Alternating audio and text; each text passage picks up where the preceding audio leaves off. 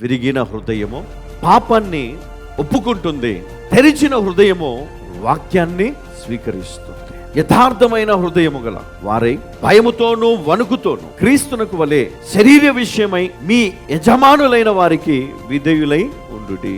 ఇక్కడ ఏం చూస్తాను? యథార్థమైన హృదయము, ఏక హృదయము. అంటే యథార్థమైన హృదయము నువ్వు కలిగి ఉంటే మరి ఆ హృదయం ఏం చేయగలుగుతుంది నీ జీవితంలో? నమ్మకంగా దేవుని పని చేస్తుంది. క్రీస్తునకు వలె శరీర విషయమై మీ యజమానులైన వారికి విధేయులై ఉండుడి. అంటే ఈ లోకములో మీరు మీ యజమానులకు లోబడి ఉండాల, యథార్థ హృదయము కలిగి ఉండాలి. అప్పుడే నీవు దేవుని దృష్టిలో ఎట్లా ఉంటావు? నమ్మకమైన వ్యక్తిగా ఉంటావు. మరి ఎంత గొప్ప ధన్యత కదా! నమ్మకంగా సేవ చేసే మరి ఆ భాగ్యము ఎవరికి ఉంటుందంట? యథార్థ హృదయము గలవారు నమ్మకంగా దేవుని సేవ చేస్తారంట.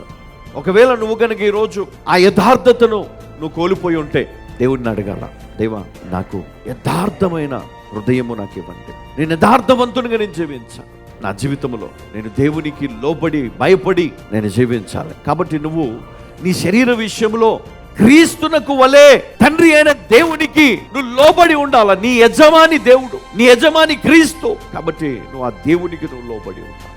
అప్పుడు నిజంగా దేవుడు నీ పక్షమున ఉంటాడు.